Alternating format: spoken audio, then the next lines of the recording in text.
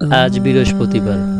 রাসূলুল্লাহ সাল্লাল্লাহু আলাইহি ওয়াসাল্লাম এই দিনে কিছু বিশেষ আমল করতেন, যা আমাদের জন্য জান্নাতের পথ এক বিশাল সওগাত। প্রথম নাম্বার, বেশি করে দুরূদ পাঠ করুন। যে ব্যক্তি বৃহস্পতিবার ও শুক্রবার আমার উপর 100 বার দুরূদ পাঠ করবে, কিয়ামতের দিন আমি তার জন্য সুপারিশ করব। সুবহানাল্লাহ। প্রতিদিন 100 বার হলেও দুরূদ পাঠ করুন। আল্লাহুম্মা সাল্লি আলা মুহাম্মাদিন ওয়া আলা আলি মুহাম্মাদ। 2 নম্বরে হলো সিয়াম, রোজা রাখা।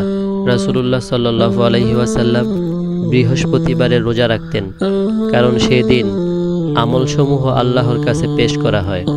সহিহ মুসলিমে হাদিসটি বর্ণনা রয়েছে। যদি সম্ভব হয় বৃহস্পতিবার রোজা রাখা, আল্লাহর কাছে আমল পেশ করা এই দিনটি। 3 নম্বর আমল, সূরা কাহাফ পড়া। যদিও সূরা কাহাফ শুক্রবারে বেশি পড়া হয়, কিন্তু বৃহস্পতিবার সূর্যাস্তের পর থেকে শুক্রবার শুরু হয় ইসলামিক দৃষ্টিতে। তাই বৃহস্পতিবার মাগরিবের পর থেকে সূরা কাহাফ শুরু করতে পারো।